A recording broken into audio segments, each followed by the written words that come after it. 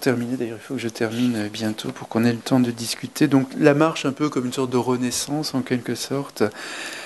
Marcher, c'est avoir les pieds sur terre, au sens physique et moral également du terme, c'est-à-dire être de plein pied dans son existence, et non à côté de ses pompes, pour reprendre une formule bien connue, mais qui en dit long d'une certaine manière sur l'importance de la marche justement dans notre condition. Le chemin parcouru rétablit un centre de gravité qui manquait et induisait le sentiment d'être en porte-à-faux avec son existence. Marcher, c'est retrouver son chemin. La désorientation ou le sentiment de ne plus pouvoir se sortir de circonstances pénibles aboutissent au même sentiment d'impuissance et d'impossibilité de se projeter dans l'avenir.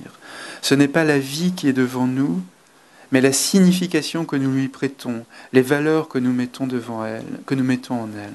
Ce n'est pas la vie qui est devant nous, mais toujours la signification que nous lui prêtons, les valeurs que nous mettons en elle. Et le jeune en rupture avec son existence, mais aussi la personne déprimée, la personne en pleine séparation, ou qui se bat contre la maladie, ou qui a l'impression que sa vie est terminée, cette personne en rupture d'existence qui ne sait plus où elle va, où il va, où elle va, ce sentiment d'être devant un mur, d'être condamné à piétiner à jamais devant un monde qui lui échappe. La marche, justement, est une manière de sortir de l'impasse. Elle impose une sorte de force intérieure pour ouvrir une fenêtre dans ce mur, c'est-à-dire jeter une allée de sens, de signification, de se fabriquer. La marche est une manière de se fabriquer une raison d'être, une exaltation. La marche dénude, dépouille, elle invite à penser le monde dans le plein vent des choses et rappelle aussi à l'homme l'humilité et la beauté de sa condition. Si je prends l'exemple de Compostelle, par exemple, le pèlerinage était autrefois une libération des péchés, une certitude de ne pas mourir en état de péché mortel. Celui qui mourait au bord du chemin gagnait le paradis. Aujourd'hui, la quête est plutôt celle d'une purification de soi, d'un examen de conscience dans une perspective tout à fait profane. Le paradis promis est bien terrestre.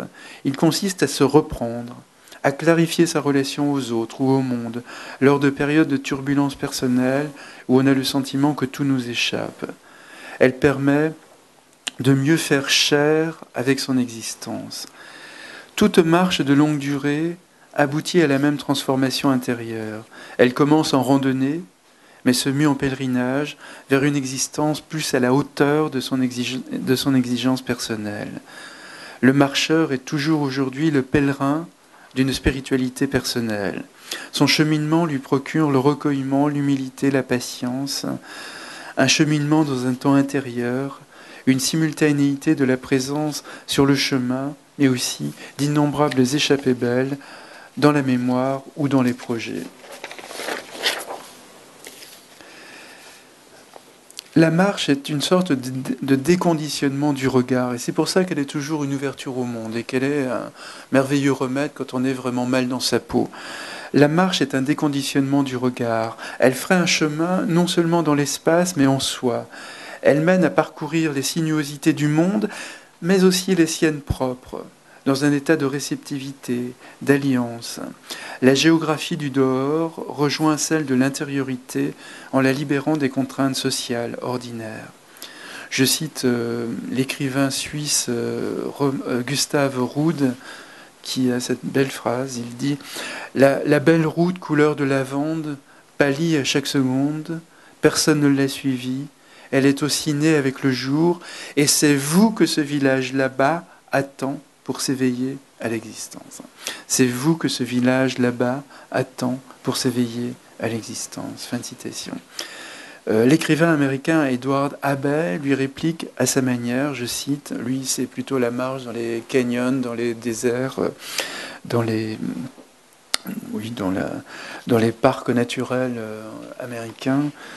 Il écrit « Chaque fois que je regarde à l'intérieur d'un de ces petits canyons secrets, je m'attends à voir non seulement le peuplier de Frémont dressé sur sa minuscule source, le dieu feuillu, l'œil liquide du désert, mais aussi je m'attends à voir une couronne de lumière flamboyante, couleur d'arc-en-ciel, esprit pur, être pur, pure intelligence désincarnée, prête à prononcer mon nom. » Fin de citation.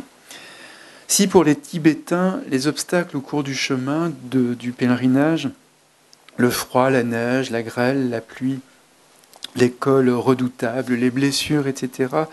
Si pour les Tibétains, donc les obstacles au cours du chemin sont l'œuvre des démons désireux d'éprouver la sérénité des pèlerins, alors peut-être faut-il concevoir que les épreuves dispensées sur la route du voyageur sont des bornes milliaires de sa progression intérieure vers le cœur battant des choses qu'il ignore encore, mais qu'il va retrouver.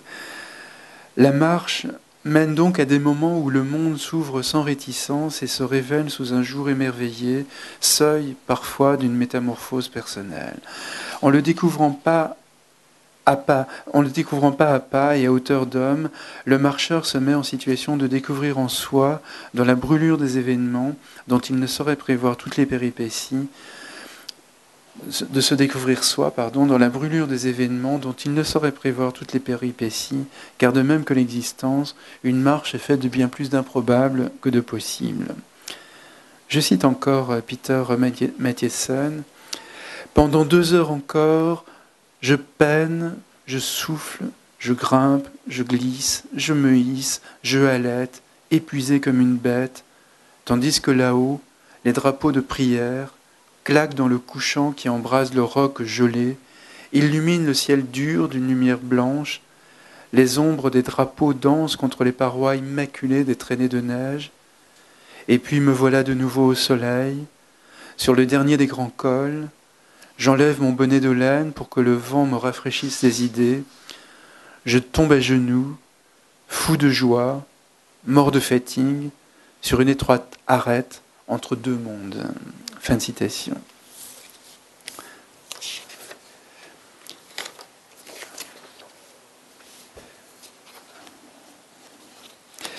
Chaque espace est en puissance de révélations multiples, c'est pourquoi aucune exploration ne l'épuise. La marche, oui, ça je vous l'ai dit, pardonnez-moi. La marche donc est une... Ça aussi, bon écoutez, je vais terminer. Comme je me promène sur 5 ou 6 articles à la fois, des passages de mes manuscrits, etc. des fois, donc j'ai sans doute repris, j'ai fait du copier-coller. Alors, je termine un dernier paragraphe. Donc, la marche procure une distance propice avec le monde, une disponibilité à l'instant. Elle plonge dans une forme active de méditation. Elle sollicite une pleine sensorialité. Quand elle dure des semaines ou des mois, elle dissout dans une sorte de transe où les ressources physiques se donnent dans une sorte de plénitude. Elle élague les pensées trop lourdes qui empêchent de vivre par leur poids d'inquiétude. Et si, parfois, la souffrance a présidé au départ, elle connaît presque toujours la chance de se diluer au fil des pas et de ne plus prendre à la gorge avec une telle intensité. La marche est une remise en ordre du chaos intérieur. Elle n'élimine pas évidemment la source de la tension, mais elle la met à distance. Elle éloigne d'une histoire trop figée en remettant justement l'existence en mouvement. La marche est un remède au sentiment d'être à l'écart du monde, et il faut parfois accomplir un long détour pour retrouver son chemin. Voilà, je vous remercie.